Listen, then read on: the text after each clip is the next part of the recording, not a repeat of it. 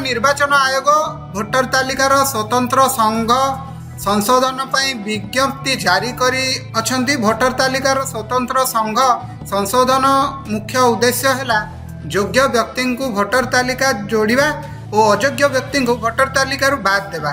आसंता काली ठारू आनुषंगिक हेबो एसीआर। शुक्रवार ए संक्रांत जिलापाल अमृत ऋतुराज एक खबरदाता सम्मेलन में विस्तृत विवरणी प्रदान करछंती।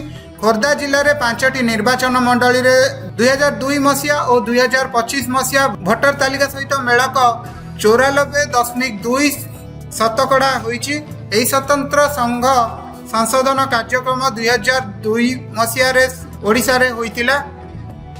चलित वर्ष 2026 रे पुनर्बार करा जाइछि। मे 30 तारिख रु जून 28 तारिख पर्यंत बूथ स्तरीय अधिकारी घर को घर बुली परिगणना फॉर्म बंटन और संग्रह करेंगे। बूथ गुड़िक पुनः गठन जून 28 सुधा संपूर्ण हेब। जुलाई रे चिठा भोटर तालिका प्रकाशन करा जिवो। जुलाई 5 रु अगस्त 4 तारिख पर्यंत दाबी और अभियोग शुणाणी। जुलाई 5 रु सेप्टेम्बर 2 पर्यंत दाबी और अभियोग निष्पत्ति करा जिवो।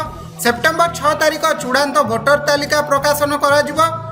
कार्यसूची अनुसार बीएलओ माने घर को घर बुलवा समय भोटर मानक आवश्यक सहायता करने सहित प्रति भोटर को 2 परिगणना फॉर्म देवे। पूरण होइतिबा फॉर्म गोटे नकल बीएलओ संग्रह करेंगे और द्वितीय नकल निजे दस्तखत कर भोटर को स्वीकृति पत्र भावे फेरस्त करेंगे, जहाँ को भोटर माने भविष्य साइती रखिए। परिगणना फॉर्म भोटर मानक ठारू संग्रह हो सारा पर 5 जुलाई 2026 रे चिठा भोटर तालिका प्रकाशन हेबो। नुआ योग्य भोटर मानक पंजीकरण कराइबा पई फॉर्म 6 और स्वतंत्र घोषणा पत्र प्रदान करिवे। खोर्धा जिलार समुदाय 8टी निर्वाचन मंडल 2025 मसीहा परिसंख्यान अनुसार 1961 बूथ रहिला। बूथ गुड़िक पुनः गठन हैला पर 473 नुआ बूथ चिन्हट करा जायछि। एही परि 2434 बूथ हेबो। बीएलओ मानक सहायता पई राजनैतिक दल माने सेमानक बूथ स्तरीय प्रतिनिधि नियुक्ति करछंती। भोटर तालिकार स्वतंत्र सघन संशोधन एसआईआर पे विज्ञप्ति जारी करछंती।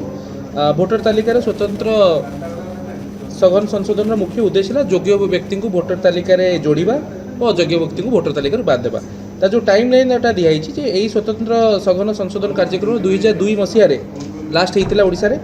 यापर चलित वर्ष 2026 रे पुनर्बार ये कार्यक्रम निम्नलिखित समयसूची अनुसार हेब। समयसूची जोटा अच्छी आपंकर भोटर तालिका पंजीकृत होगापी योग्यता तारीख है 1/7/2026।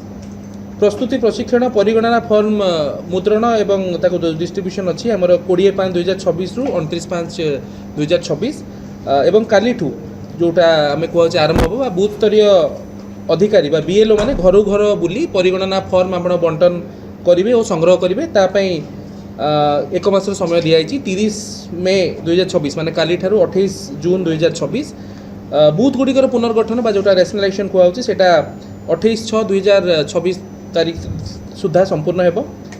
चिठा भोटर तालिका जोटा प्रकाशन अच्छी से 5 जुलाई 2026 अच्छी। तापर चिठा भोटर तालिका उपरे जार दाबी बा अभियोग शुणाणी जो कार्यक्रम रहिबो सेटा 5/7/2026 ठारू 4/8/2026 जाए स्थिरीकृत होइछि। तापर दाबी एवं अभियोग संपर्क जो निष्पत्ति हम तापाई मध्य आपणकर 2/9/2026 सुधा ताकू कराहब। एवं चूड़ांत भोटर तालिका एसआईआर पद्धति सबू प्रक्रिया सरला पर चूड़ांत भोटर तालिका आपणकर 6/9/2026 सुधा 6/9/2026 से प्रकाशित हेब। कार्यसूची अनुसार बीएलओ माने घर घर बुलवा समय भोटर मानक आवश्यक सहायता करेंगे। नुआ योग्य भोटर मानक पंजीकरण करने फॉर्म नंबर 6 और स्वतंत्र घोषणा पत्र प्रदान करेंगे। बीएलओ मानक सहायता पाई राजनीतिक दल माने सेमानकर बूथ स्तरीय प्रतिनिधि नियुक्ति करिसेंती एवं स्वेच्छासेवी मानक नियुक्त करा जायछि। सबू राजनीतिक पार्टी मानक भी अनुरोध कराइछि तांकर बूथ लेवल एजेंट्स से लिस्ट भी देबे। सेमानक सहयोग करिया को मध्य जनसाधारण को आमे आह्वान दउछु। एसआईआर संपर्कित तो अधिक तथ्य पाइबा निकटस्थ आपनकर जे बीएलओ रहिले अबा coodisha.nic.in अथवा ECI नेट ऐप रे बुके कॉल दे फ्री बा भोटर सहायता नंबर 1950 भी सहायता नहीं पारिबे। चलित भोटर तालिकार स्वतंत्र सघन संशोधन एसआईआर आम आशा करछे आमर खोर्धा जिलार समस्त भोटर माने एवं आमर अधिकारी माने ତାକୁ ଠିକ୍ ଭାବରେ ଏବଂ ଇସିଆଇର ନିୟମ ଅନୁସାରେ ତାକୁ ସମ୍ପାଦିତ କରିପାରିବେ, ସେଇଟା ହିଁ ଆମର ଅନୁରୋଧ ଏବଂ ଆହ୍ୱାନ ରହିବ। जिला प्रशासन तरफ स्वेच्छासेवी मानू नियोजित करा जायछि। सेमानंकु सहयोग करिया पई जनसाधारण को आह्वान करा जायछि। एसआईआर संपर्कित अधिक तथ्य पाइबा पई निकटस्थ बीएलओ अथवा co.odisha.nic.in अथवा बुके कॉल अथवा टोल फ्री बा भोटर सहायता नंबर 1950 सहायता निया जाई परिबा। चलित भोटर तालिकार स्वतंत्र संघ संशोधन समय खोर्धावासी को पूर्ण सहयोग करने जिलापाल निवेदन करछंती। एही सांबादिक सम्मेलन में अतिरिक्त जिलापाल प्रताप चंद्र बेहुरा साफल्य मंडित प्रधान उपस्थित थिले। जिला सूचना और लोकसंपर्क अधिकारी लक्ष्मण बेहेरा, डेप्यूटी निर्वाचन अधिकारी रंजन कुमार जेना परिचालना करथिले। Bureau report SM news.